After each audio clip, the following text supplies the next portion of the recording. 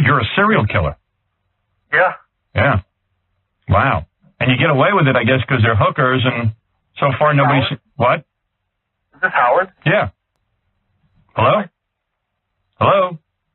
This was the live call made to the infamous Howard Stern show by a serial killer who had a lot to brag about. The show was famous for having an indecent and raw taste, which made it the perfect place for a man named Clay to talk about the kills that remained unsolved to this day. In this video, we're taking you through the live call on the Howard Stern show and the story of the notorious Storyville Slayer. From July of 1991 to April of 1996, there was a string of killings that took place in New Orleans. There were 24-plus victims found, some that were ID'd, and some that were so decomposed that they couldn't be ID'd. The police were getting nowhere, not even with a task force dedicated to taking down the Storyville Slayer. At the time, there wasn't much technological advancement, so there was very little DNA to act on, and even less evidence to go on about.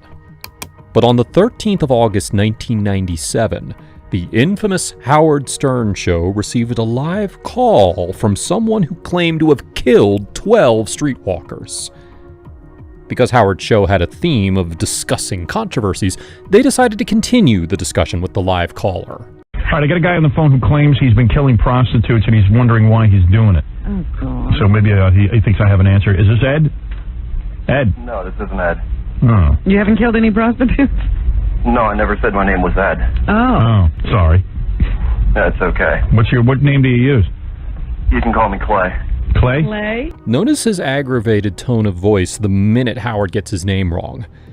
When he said, "No, I never said my name was Ed," it sounded like it annoyed him a bit, but he kept his cool. Also, notice how he said, "You can call me Clay," instead of "My name is Clay." This leads us to believe that this is quite possibly an alias name, not his real name. Okay, Clay, so what happened? How many prostitutes have you killed? 12. And you're wondering why you do it? I have a pretty good idea. Why? Did your mom beat you? Did your mom spank you? Was your mom a prostitute? No. Actually, nothing like that. What is it then? I think I just do it for the sense of the power. Right. This is when you know you're dealing with a real psychopath. Someone who kills with no means or motive. Someone who just kills for the sense of power. But the fact that he killed 12 people of the same profession leads us to believe there could be some secret connection here. The co-host mentions whether his mother was a prostitute or not because this is a genuine fact. According to the criminology professor Dr. Elizabeth Yardley, quote, "Mothers can create environments where brutality was every day and expected. They actively abused or neglected their children, creating deviant value systems in which the abnormal became normal." But if his choice of victims doesn't hint at us, perhaps his method will. Do you have sex with them first? Yes, and And then what, you strangle them? once. How else did you kill them? Well, a few times, actually most times with a hammer. And where do you do this primarily? I've done it twice in a parking garage, and then the rest of the times on the side of the road. And you're from the New Orleans area? Yes. And how, I mean, what do you beat them to death with a hammer? Man. That usually only takes once, and Dude, you got to have a lot of anger in you. yes. Man. Well, why do you need to feel so powerful? He's got some issue with women, but like some shrink's got to look into it. It's not even right. I mean, you might as well just kill yourself if you've killed 15 people. And that means you're heartless. Did you used to kill small animals? No, I've killed a rat. Yeah. See, a lot of guys start out killing kittens for some reason. Yeah, they kill something before they start with humans. If my kid like killed a kitten or something cute, I'd probably just, figure, well, this is it. They're going to be serial killers. Kill them. Dude, you're a serial killer. Yeah. Yeah. Howard's trying to wrap his mind around the motive, his reason to kill. What he's trying to conclude is that his reason to kill was just the thrill, something which is a common trait among psychopaths. Wow. And you get away with it, I guess, because they're hookers, and so far nobody's... What? Is this Howard? Yeah. Hello? Hello? I didn't know this was Howard. Yeah, it's Howard. Of course. Yeah. Yeah. No, I've never killed a kitten. Really? Never killed any small animal except a rat? Now, rats okay. Well, Rats I don't mind you killing. But how'd you kill? the rat. Yeah. Stepped on his head, I bet. We had a big flood a couple of years ago, and it's not actually a rat, it's called a nutria rat. And I clubbed it to death. It got in the kitchen at my work. So how old were you when you killed your first woman? 16. And you must be a powerful kind of guy, big guy. I wasn't then. Right. And when you killed your first one, did you go in there knowing you were going to kill her, or it just sort of happened? I knew I really had it planned out. You know, I wanted to do the whole sending clues. Right. Oh yeah, are you in? To baffle people, but it turned out no one noticed for a long time. Right. Like you killed her on the side of the road?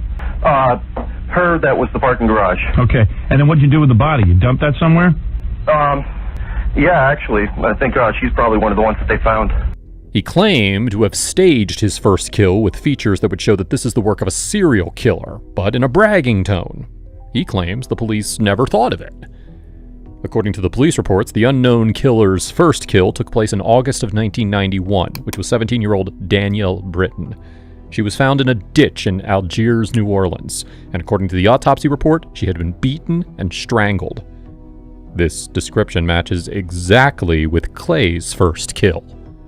He didn't want to be famous or draw attention to himself. But my problem is... No, that's what I wanted to do, but... Oh, but you did, but no one noticed the clues. I never sent the clues. I never left anything. You know, I wanted to have my own little signature. Right. I wanted to thumb paint with their thumbs. Oh, really? What do you want to do? Thumb paint with their thumbs. Thumb paint what, though? I don't know. Oh, anything. It was in a comic book a couple of years ago. Just seemed like a good idea. Like you take the girl you killed, you dip her thumbs in paint, and then you do like a thumb painting? Yes. On a piece of paper? Yeah. It's possible he's talking about the Joker villain from the Batman comics. After leaving the crime scene, he'd always leave his calling card, which many of us know was the Joker card. He wanted to spice it up by doing thumbprints, but for some reason he never got around to doing it. Perhaps he was hyped up with the sense of power that he didn't feel like doing it. It's still unknown as to why he did it and what his real identity is. Now, after you kill somebody, do you play with the body? Actually, the closest I've ever done to that is I always make sure I pay them and I make sure they keep their money. Oh, really? When they're still alive, but with one of them I did put the money in a compromising place. I see. But this one, you know, it had a penis.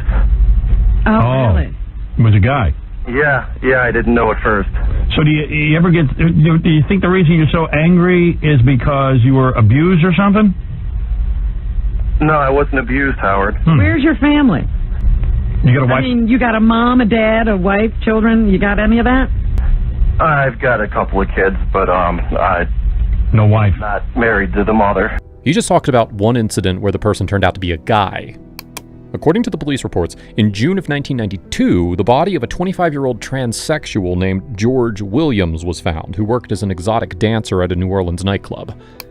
On July 25th, Noah Filson, a 33-year-old transsexual who went by the enchanting name Brenda Bewitch, was found dead in the waters of a canal near I-55. The comment about his victim having a penis could possibly mean he's talking about them. Yeah, Howard, that's pretty funny because the only suspect they had when they started finding the bodies was a black police officer. Oh. Turns out one of them was associated with them. Oh, really? Are you on drugs? With this comment, he's referencing how after 3 years of a killing spree, a task force was created in 1995 that narrowed down a black police officer as their prime suspect. That person was Victor Gant, who had an intimate relationship with one of the victims named Sharon Robinson, so there was a connection.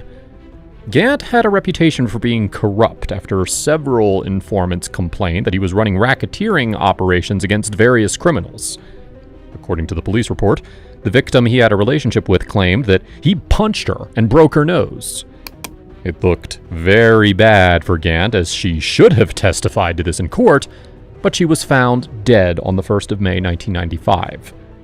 The investigation claimed Gant killed both her and her friend Karen Evester, and according to the victim's friends and acquaintances, he held a personal grudge against them and spoke negatively about them on multiple occasions. Fortunately, it was his dirty habit of chewing tobacco that saved him, as some was found near Evester's body. They did a DNA test, and it came out inconclusive, so no charges were filed and he was no longer a suspect. You can imagine how much the actual killer was laughing when he saw the police go after the wrong person. So after you killed the first 60-year-old, like you finished. No, I was 16. Oh, that's right. I'm sorry. She was. All right. So you finished with your sexual gratification, and then you. Not always, no. Not always. You don't even want to get laid sometimes. No, You just want to kill. I'm just bored. Right. But does the killing sexually satisfy you in some way? I can't believe Ed McMahon's not laughing. I've eaten off thinking about it later. Yeah.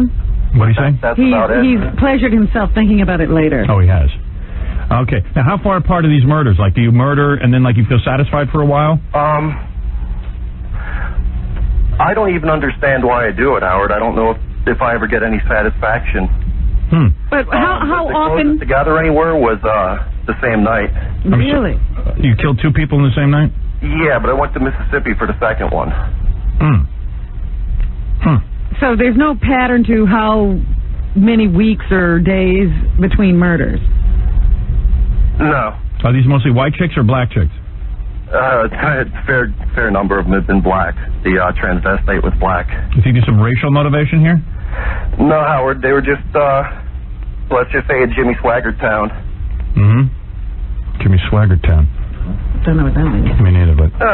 That's pretty much the area around here where the prostitutes all hang out. Oh. I see. And it's just whoever comes up to you. You don't pick a certain type? I don't even approach them. I wait for them to approach me, Robin. So that's like them asking for it. We can see why the victim profile is not only consistent, but also changing over time.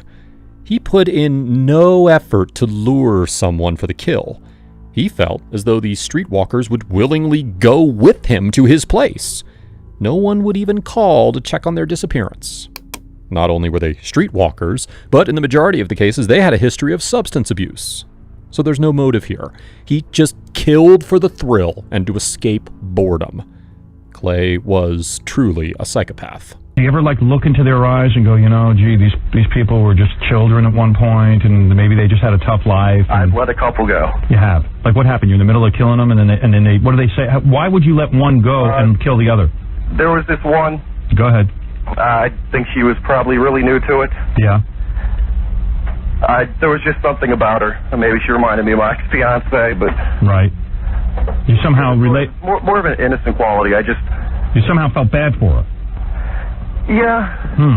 And you have a fiancé, so you're planning to get married? No. He had one. Oh, he had one. No. If I wouldn't be a suspect, believe me, she'd... Well, let me ask you, why'd you did you start to kill her and then, like you said, forget it? Or you just never even... Not even. You just had sex. You just had sex with her and then you let her go. I didn't even have sex with her, Howard. Well, that's weird. Now that's weird. I mean, he just really felt sorry for them. I don't know what... While we're not 100% sure, it sounds like he's talking about Brenda, who, according to the police reports, escaped the killer's attempts. It was in July of 1991 when Brenda testified that she got into the car of an unknown man, and after a conversation with him, the man strangled her and dropped her off on the streets. According to the case files, her testimony and description led to a composite sketch of the attacker, and she described that he was muscular, well-dressed, and possibly a middle-aged black male. Now, of course, Clay said that he was a white guy, so it's possible it wasn't him. But he did have the same MO, so that's why we believe that he could be linked to Brenda. What she was doing what she was doing, but... Are you a big fat mess? But she got off lucky. Are you a big fat mess, or are you like a fairly good-looking guy? I'm not a big fat mess. I wouldn't call myself good-looking. I don't know what I'd call myself, Howard. Right. Do you have a decent job and all that stuff? Sounds like a bright guy. Not decent like you have. Yeah, well, we got ridiculous jobs. You can't get these. I don't even know that I'd call this a job. You know what I mean? This is not a normal job. It's a made-up job. Yeah, this is a job that's totally useless. You know what I mean? Like, nobody really needs it. It's a scam. To me, a job is like something like, a UPS driver is a job. All right. Not now. Thank you, Ed. Maybe this is a UPS driver. Ed laughs, but he has no job either. At this point, you might be wondering whether this call or this show's segment is fake or not.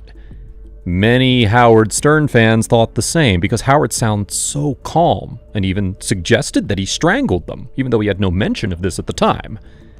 This is just one of the points which compelled people to think that the call was staged. But, based on the history we've been looking at, he's actually speaking the truth. This is always weird, but I'm bringing, at least we can sort of get into the mind of a guy who serial kills. I think he's 100% on the level. So you killed your first woman. When was the last time you killed? It's been a few months. Right. Actually, it's been going on a year. You're like the Boston Strangler, man. Maybe I should option your story. So, what do you think you're going to do? Do you think you're going to kill yourself? Do you think that Are you going to kill again? Can you stop this? If I killed myself, I'd miss the next Batman movie. Right. You don't want to do that. No. As a fan. Actually, I'd actually kill myself to miss why would you want to stay for that? No, but in all seriousness, I mean, do you think that you can control this? Do you think you can stop? I think I have been. Oh, you have been for the last couple of months. A year he hasn't killed. Oh, a year? Yeah. Almost. So why do you think you stopped killing all of a sudden? I really don't know, Howard. Part of it had to do with my car broke down. Oh, no transportation. Seriously? That's the reason? Well, that was the reason for a month, but after that, I guess it was all self-control. Wow. Oh. So you don't want to do this anymore? No, he wants to do it, but he's controlling himself. Like you want to kill women, right? Sure. Yeah. This part is very important. The fact that he stopped killing because his car broke down will actually help us link him to someone. In 1994, a person was allegedly found masturbating in his car by the police, which had been parked by the road. This was near the ditch where two victims of the killer named Cheryl Lewis and Dolores Mack's bodies were found. When the police saw him, he was forced out of his car and told to show his driver's license. He explained that he stopped for an oil change and to fix the brake pads, and even willingly allowed his vehicle to be searched. Turns out, there was nothing in his car that proved that he was doing any form of car repair. There were no tools and no flashlight, which would be necessary for repairs at night. He was booked and ID'd as Russell Elwood. He was a native of Massillon, Ohio, who moved to New Orleans, but lived in a squalor, had no permanent residence, was never married, and used to do photography jobs and cab driving. He was also arrested several times because of his addiction. Anyways, on the 23rd of July 1997, after the task force to take down the serial killer was formed, Colonel Walter T. Gorman of the Jefferson Parish Sheriff's Office and other task force members traveled to Sebring, Florida, where Elwood lived. During his interrogation, Russell Elwood admitted to frequenting black streetwalkers throughout his life and claimed to know more than 100 girls. He also talked about his addiction, but he maintained an innocent stance. It's a possibility that Clay, the serial killer here, could be Russell Elwood. And what do you like? Do you enjoy seeing them struggle as you kill them? Actually, none of them really struggle. Do you hit them from behind, or do they see it coming? I can't get inside their minds, but let's just say I hit them. But, I mean, are you facing them? Yeah. Well, so you can see their face and everything when you do it. Yeah. The worst I've ever gotten was, one tried to grab my neck. I've never gotten any of the claw marks or anything that are, dead giveaways. Right, you must be very powerful. I wouldn't call myself powerful, maybe, intimidating. Mm-hmm. Why did you choose this method? I didn't, Robin. Like I told you, I really wanted to cut things up, mail things, send clues. No, she means why did you use a hammer? Do you think you... Because it was in a book I read. Oh, everything's come from cartoons and else. Yeah. When's the last time you got laid? Last week, Howard. Oh yeah, so you didn't kill that girl? No. Because she wasn't a hooker. No. Right. It's only hookers, though. A lot of serial killers are only into hookers because they know easy. Probably won't get caught, and B, they have some kind of anger toward hookers. Like, did you think your mom was a hooker or something? No, Howard. Your parents married and stay together and the whole thing? Yeah. Church-going people? That'll do it. Well, one of them, but... Yeah. Religious fanatics give birth to the most serial killers because they're so repressed. Yeah. So there's no way I'm going to talk you into giving yourself up or anything, right? No. I shouldn't even waste my time. I know I'm going to get calls after this, and people are going to go, Howard, how come you didn't catch him? Has anybody ever been close to catching you? No. No, actually, someone, once when it was in the newspaper, someone joked to me, I know it was you, but, well, they were joking. Right. Yeah. You think you might be gay? I hope not. Right, maybe you're a repressed homosexual. Were you ever molested? No. Do you have a lot of tattoos? I don't have any tattoos. I wouldn't do that to myself. Right. And do you get high before you do this? I've gotten pretty drunk before. Yeah. A little animal. Lame. Still no motive, no reason to kill. Even his killing method is inspired by comic books and cartoons. Well, I got to say, I wish he would die, but, you know, what can I tell you? Maybe this is sort of good that you're talking about it with me, and maybe it'll keep you under, like maybe I can't get you to turn yourself in. Like a valve, and he'll be able to go another year or something. Yeah, but maybe somehow, you know, you won't do it anymore. What about your kids? You want them living in a world with people like you? Hasn't really analyzed it, though. Anyway, I mean... Yeah. It's kind of lonely, though. You can't tell anybody about this. I'm the only guy you could... Am I the only guy you ever told about this? Yeah. Wow. I guess that's sort of an honor. I've told a couple of women, Howard, but... They're dead. Yeah. Do you tell them first and then you kill them? Yeah. What do you say to them? Let me... Fun. All right, let's see. Every now and then you can play the running game if you're out in the middle of nowhere, and we got a lot in the middle of nowhere down here. Right. So, in other words, let's say you're with a woman, right? A hooker. Yeah, Howard. And you say to her, okay, honey, you know, you just had sex and everything. What do you say to her to torment her? How do you break the news to her that she's going to die? It really depends on my mood. Just give us an example. Well, if I wanted to, I could just say Baba Booey, but that would be pretty, No, come on, be serious. What do you say to him? I can say you're going to die. And then what do they do? I like to articulate a little more than that. Mm-hmm. Sometimes I ask them if they think it's dangerous, doing what they're doing, if they're worried about things, and they'll laugh it off, and that just pisses me off. Right. And then you go ahead and you kill them. Yeah. All right. Well, there you go. It is a fact that psychopaths wait for an emotional response from the next person, after which they just snap. In the beginning, they keep a calm and cool demeanor, almost as if they're mocking the other person and gauging their reactions to see how much further they can push. When the other person finally reacts emotionally, that's when the psychopath may raise their eyebrows, smirk, tell the person to calm down, or feign disappointment. In this situation, Clay was so intolerant of her laugh that it pissed him off and he immediately did the deed. Yeah, well, you know what? All the experts don't know either, so... Well, here's a guy, just another story. He's out there. Well, you know, it substantiates my theory. Did you get jealous of Cunanan? Is that why you're talking to us now? No, actually, I was thinking about writing a musical about Andrew Cunanan, but... Guy's a comedian, too. Huh? Guy's a... Hey, some psychologist is on the line. You want to talk to him? Sure. I mean, since you're looking for answers. Sure. Okay. Let's see. Okay, yeah. Robert? How you doing, Howard? Hey, man. Go ahead. Just wondering, how long did this guy wet his bed when he was a young boy? Are you serious, or are you just trying to make a joke? No, I'm totally serious. Did you wet your bed when you were a young boy? No. Didn't do that at all. No. How about starting fires? Huh? How about starting fires? Sure. Yep. You did start fires? Yeah. How old were you? How old were you when you... For people to get into serial killing to start fires, wet their bed when they're young. Along with the mutilation of little animals, but he said he didn't do that, so... Right. That's kind of something that was missing. But fires was in your history, right? You could say that. Yeah. Yeah, it's a lot of... it starts off as external ways of showing off their anger, and then they move on and go on to bigger and better things, I guess. Wonder why this guy kills. Did you have any guess?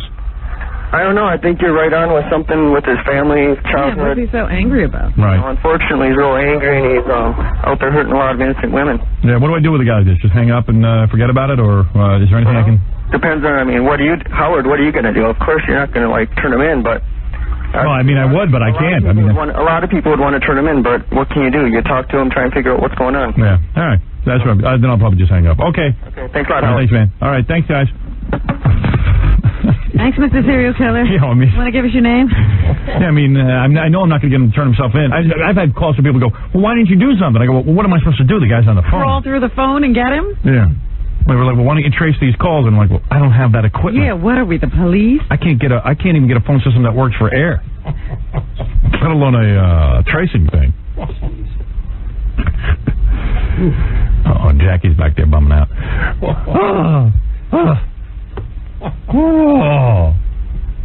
First I wasn't buying it, but now I think I'd buy it. Nah, I buy it. I bought that guy. Sort of offhand attitude that you have to be a serial killer. Nah, I buy it. When he said Baba Booey, I was hoping he was going to break it. Yeah. Yeah, you horse-tooth jackass. Right. He snapped right back, you know. Yeah. No, I think he was the real deal. I'll tell you the truth. Okay, Tom, you're on the air. Howard may not have the tracing equipment, but the FBI sure does. The very next day, after many viewers complained about the show, the FBI seized the call recordings and tried to trace them to a location. The closest they got to the real Clay was that man named Russell Elwood. Another reason why he was a potential suspect was that during his 85 days in jail in August of 1997, Elwood literally implicated himself in the New Orleans killings, according to his cellmates. After going through very substantial evidence and testimonies, Russell Elwood was sentenced to life without parole on the 17th of August, 1999, for the murder of Cheryl Lewis. The rest of the murders remained unsolved to this day. Today, the nickname Storyville Slayer is given to the serial killer who was behind this rampage and called The Howard Stern Show. And while we can't say for sure it's Russell Elwood, only time will tell if he gets convicted for the other kills or if the real serial killer is exposed. This was how an unknown serial killer bragged on a live radio show about his kills, and still remains at large to this day. Thanks for watching.